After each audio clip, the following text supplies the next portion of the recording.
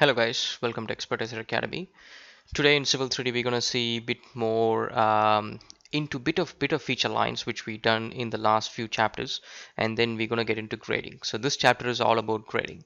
So the list of things that we would see is creating custom grading, and then further how to manage the grading objects, and then grading groups, and pretty much all those things. All right, so let's get started. So before you get into grading, the very first thing is so this is under the home tab. You got the grading options. So most of these things, if you try to, let's say, like any other object, you try to create a grading. So the very first thing is, you need to set few things up. So one of the very basic thing is you need to pick a feature line to create a grading. So grading cannot be created from scratch without anything on the screen. So you need to have certain things. So the surface is not necessary, but if you're gonna grade from a certain level to the surface, to this design or existing ground or whichever the surface is, then you need a surface. So let's quickly run through and create a feature line. So what I'm going to do is I'm going to use feature line creation tool, and then I'm going to put it into a site. Now if in case if you're going to use the feature line along with grading, then it's always best to actually put into a group up front. So there is always an option where you can actually move the feature line or object into a site. That's not a big deal. So now so I'm going to create a new one. I'm going to call this as, let's say, house site. Click OK, just a bucket, and then I'm gonna click on OK, and then I'm gonna start creating it. So the way I'm gonna do it is, so I'm gonna do one grading object, and then I'm gonna show you how to do a fill as well as cut grading. How does it work? So let's do somewhere in the middle. So yeah, one point, I'm just gonna leave it to the surface elevations. Another point, surface elevation. Another point, surface elevation. Another point, another point, and then finally when you want to close it, you can click on close to close it.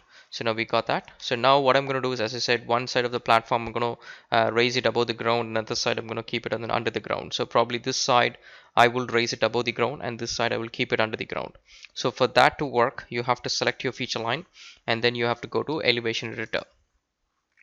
So now, so the purpose is this should be first onto the ground, and then we can move these points above and these points below, and these points stay on the ground like a pivot point. So I'm going to select all of these, and then I'm going to click on this button here. That will be elevation from surface. So now as you can see, there is already elevations here, and now when you click on this one, so this will pick the surface, click OK, and this will update everything. So now all these points are actually on top of the existing ground surface. So now what I'm going to do is I'm going to pick the first point, which is this one. I'm going to set the increment value to, let's say, 10 meters, and then I'm going to move this one. Let me first make sure that it's on the ground. Okay, so now I'm going to move this one above the ground. That's done. So the next point, which is this one, above the ground, and then the middle points I'm not going to move anywhere, so just leave it on the ground. This point below the ground, below the ground. Okay, so that's done. So now close this one. So to check that, we have to select both the surface and the feature line. Right click, go to object viewer. Now when you tilt it over, now we should find a portion of it is above the ground and a portion of it is below the ground. All right. Okay, that works well. So now the feature line is all set. Next, creating a grading. So first thing is you can create a grading group here, and then you can go to the tools, or you can inside the tools also lets you create the sites and grading group and whatnot. So I'm going to click on here to create a grading group first. I'm going to call this as house grading group. And you can also choose the option that says automatically create surface. So that is like as soon as you start doing the gradings, it will create the surface in the background. So for now I'm not going to do that at this point. We will do that later on. And the same way as well, you can select it to create the volume surface as well, so it automatically calculates a volume for the grading group. So click OK. That's done. So go back again, click on grading creation tools. Now from left to right, whenever you get a flyer toolbar, if you don't know what you're doing, from left to right is actually the process. So go to the first one and then keep your mouse over it. It tells you that set the grading group. Click on that, and then the site is going to be house site, and the grading group is going to be house grading group. Okay, and then set the surface. So the surface will be natural surface. Click OK. And this one is for setting up the criteria set. We don't have to worry, we already set it for A and Z. So if you're using a different country kit, you can choose that. And then there are different types of grading that you can do.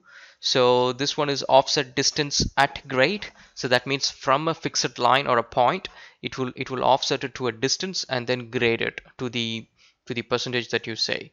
And then this one is grade at slope instead of grade, sorry, this one is offset and the slope. So instead of the grade, this is going to use the slope, slope.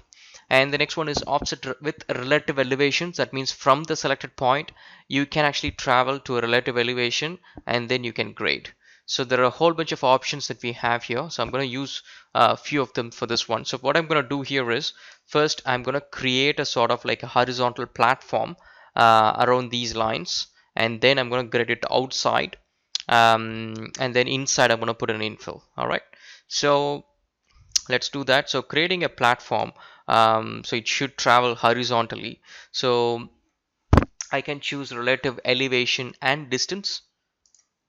Now click on create grading, and now it is asking you to pick a feature line. So I'm gonna pick a feature, and now it is asking whether you want to grade it inside or outside. I'm going to grade it outside. And do you want to do it for the entire length or for one particular stretch? I'm going to do it for the entire length. And then the relative elevation. So from these points around these feature lines, what will be the relative elevation? If you want a horizontal platform, so now this should be, there shouldn't be much of an elevation. So I'm going to put it as 0.1 or 0.1.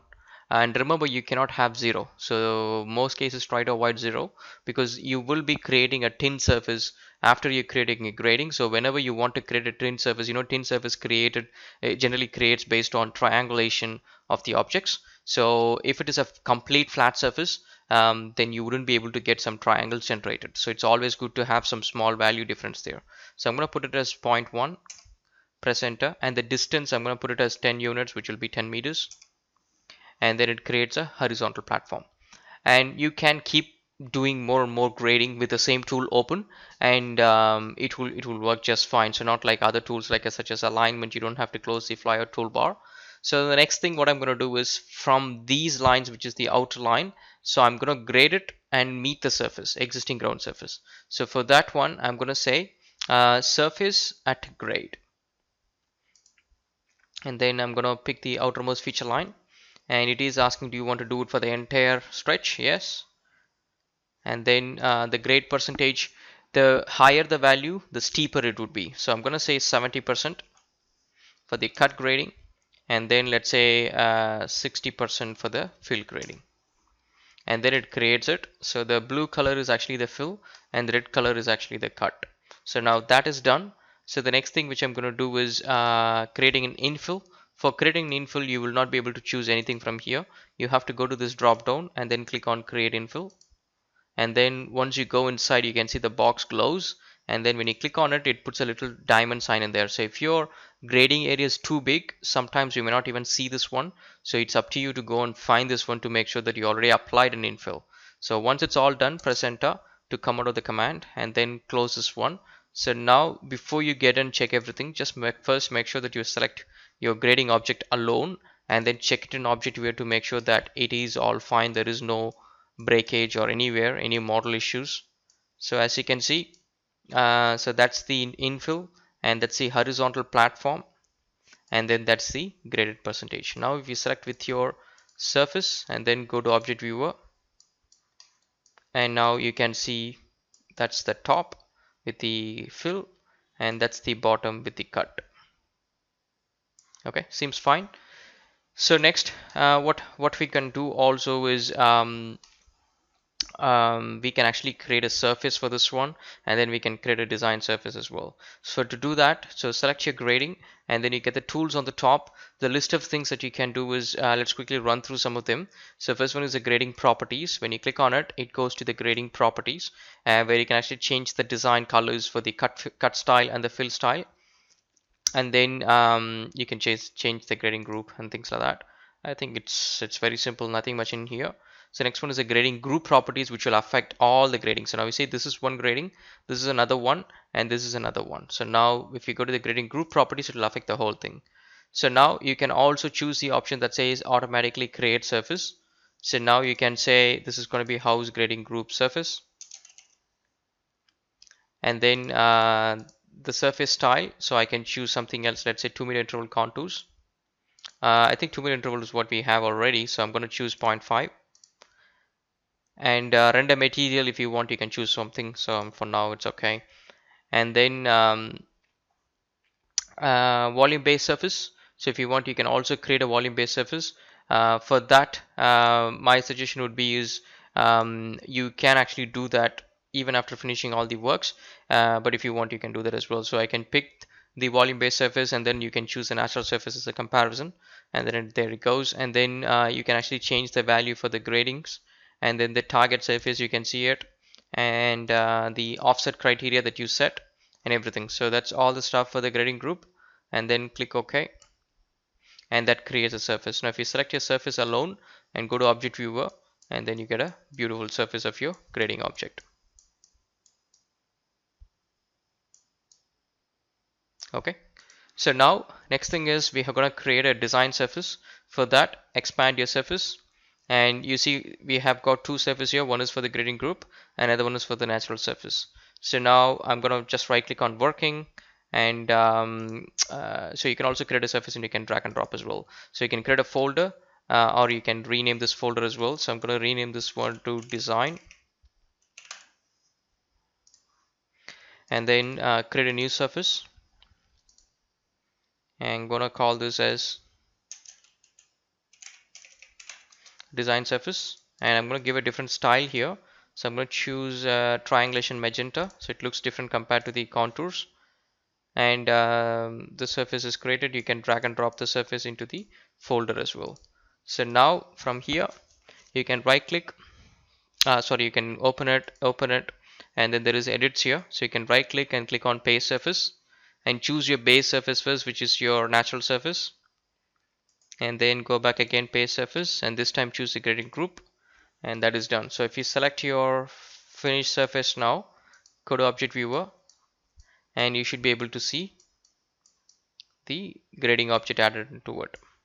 Now we can actually create a volume dashboard with both of these surface comparison as well. You already have the data in the volume dashboard, where you can also check the data. So now if you select your grading, so as you can see, we have set these two items previously. And some of the other things that you can also do is grading editor, so where you can go and change some of the grading properties that we have already set, and edit grading, so that is actually editing the graphic objects on the screen. Delete grading will delete the object, and this is the grading volume tools. And now we can say for the selected grading or for the entire group. So once you've done that, if you have enabled the volume comparison, this will automatically give you the cut and fill volume based on the comparison against the natural surface. Alright, so that is all for the grading. So if you have any questions, just put it forth in the comment section, guys. So later down the track, I will be doing different other tutorials. I'm still yet to finish Civil 3D. So apart from this, I'll be doing the MS Word, MS Word, Microsoft project. And so there is also another tutorial which I'm working on, which is the AutoCAD plugin development. And so yeah, so a whole bunch of other things which I'm trying to wrap it. So yeah, give me a comments on which are the other things that you want to see. Based on that, we'll do something. All right, thanks guys. Cheers.